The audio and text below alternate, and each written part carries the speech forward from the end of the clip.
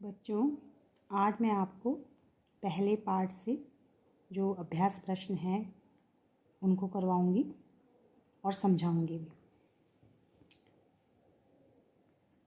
पहला प्रश्न था अयम पाठः कस्मात् ग्रंथात् संकलितः। इसका मतलब है कि यह पाठ किस ग्रंथ से संकलित है। तो आपको चूँकि पढ़ाते समय बता दिया जाता है सबसे पहले कि भाई इसका मूल ग्रंथ क्या है। तो उसमें मैंने क्या बताया था जब अनुशासनम पाठ पढ़ाया था कि ये तैत्तिरीय उपनिषद से है, शिक्षावल्ली नामक। तो यहाँ पे सिर्फ आपको ग्रंथ का नाम तैत्तिरीय उपनिषद लिखना है। तो प्रश्न चूँकि इसमें आप किताब से देखेंगे, उत्तर मैंने लिख रखे हैं। तो इस प्रश्न का उत्तर है कि तैत्तिरीय उपनिषदः। फिर प्रश्न है सत्यात् किम न कर्तव्यम, इस सत्य से क्या नहीं करना चाहिए। तो इसका आंसर था कि सत्य से प्रमाद नहीं करना चाहिए। चूँकि ये एक पदेन है इसलिए इसका उत्तर होगा प्रमदितव्यम। तो इसलिए मैंने इसका आंसर दिया है प्रमदितव्यम, क्योंकि एक पदेन है तो एक पद में ही दिया जाएगा। तीसरा प्रश्न था आचार्यः कम अनुशास्ति। जो आचार्य होते हैं वो किसको मतलब शिक्षा देते हैं, उपदेश देते हैं। तो किसको देते हैं? अंतेवासनम, अपने शिष्य को। तो शिष्य को संस्कृत में इसमें क्या बताया गया है? अंतेवासनम कहा गया है, इसलिए आप अंतेवासनम लिखेंगे। फिर चौथा प्रश्न था स्वाध्याय प्रवचनाभ्याम किम न कर्तव्यम, कि स्वाध्याय से मतलब पढ़ने, अध्ययन और अध्यापन से क्या नहीं करना चाहिए। तो क्या नहीं करना चाहिए? प्रमदितव्यम, यानी प्रमाद नहीं करना चाहिए। तो इसका आंसर भी है प्रमदितव्यम। फिर है अस्माकं कानि उपास्यानि, हमारे क्या उपासना के योग्य हैं, अर्थात हमें क्या करना चाहिए। तो उसका आंसर था सुचरितानि, यानी श्रेष्ठ कर्म। सुचरितानि कहते हैं श्रेष्ठ कर्म को। तो हमें श्रेष्ठ कर्म करने चाहिए। तो चूँकि एक पदेन में देना है इसलिए इसका आंसर होगा सुचरितानि। ठीक है। अब आता है आपका अगला प्रश्न पूर्ण वाक्य। इसमें आपको आंसर्स जो हैं वो पूरे वाक्य में देने होंगे। तो आचार्यस्य कीदृशानि कर्माणि सेवितव्यानि, कि आचार्य के किस प्रकार के कर्मों का सेवन करना चाहिए। तो किस प्रकार के सेवन करने से मतलब करना चाहिए, संपादित करने चाहिए। तो इसका आंसर मैंने हुआ कि आचार्य के अन्य वद्यानि, अर्थात जितने भी अनिंदित कार्य हैं। भाई निंदित जिनकी निंदा की जाए और अनिंदित जो अच्छे हों, प्रशंसनीय कार्य। तो आचार्यस्य अन्य वद्यानि कर्माणि सेवितव्यानि। अगला प्रश्न है पूर्ण वाक्य का शिष्यः किं कृत्वा प्रजातंतुं न व्यवच्छेत्सि, कि शिष्य को क्या करके वंश परंपरा को नहीं तोड़ना चाहिए। शिष्य क्या करके वंश परंपरा को, प्रजातंतुम था वंश परंपरा, और व्यवच्छेत्सि मत तोड़ो। तो शिष्य को क्या करके वंश परंपरा को नहीं तोड़ना चाहिए। तो शिष्यः आचार्याय प्रियम धनम आहृत्य प्रजातंतुम माँ व्यवच्छेत्सि, शिष्य को आचार्य के लिए प्रिय धन लाकर जो वंश परंपरा है उसको नहीं तोड़ना चाहिए। अब है अगला प्रश्न शिष्यः कर्म विचिकित्सा विषये कथम वर्तेरन, कि शिष्य जो हैं वो जब उन्हें अच्छे और बुरे कर्मों में संशय हो जाए तो क्या कैसा व्यवहार करना चाहिए। कथम वर्तेरन, कैसा व्यवहार करें शिष्य। तो शिष्यः कर्म विचिकित्सा विषये यथा सम्मर्शिनः युक्ता आयुक्ता अलूक्षा धर्मकामः ब्राह्मणा वर्तेरन।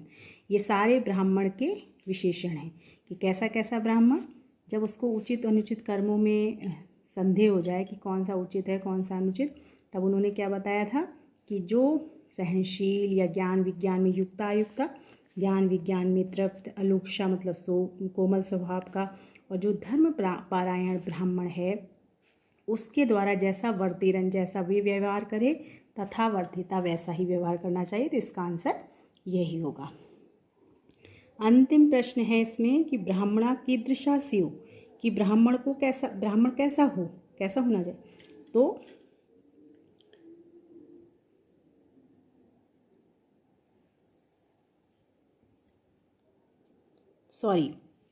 ये वाला प्रश्न रह गया अभी। काभ्याम न प्रमदितव्यम, काभ्याम यानी किस किस से प्रमाद नहीं करना चाहिए।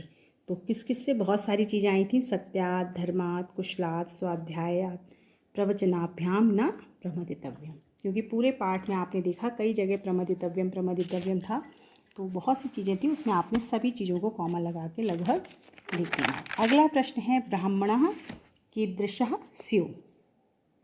तो कैसा हो ब्राह्मण, तो ब्राह्मण जो अभी पहले वाले प्रश्न में भी आया वही उसके सारे विशेषण कि ब्राह्मणः सम्मर्शिना युक्ता आयुक्ता अलुक्षा धर्मकामा स्युः, कि ब्राह्मण को सहनशील, ज्ञान विज्ञान में तृप्त, कोमल स्वभाव वाला और धर्मपरायण हो ब्राह्मण। ठीक है।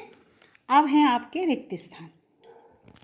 क्या है अब रिक्त स्थान करने हैं आपको। अगला जो प्रश्न था तीसरे नंबर का, तो इसका रिक्त स्थान है अब। तो रिक्त स्थान को कैसे करना है,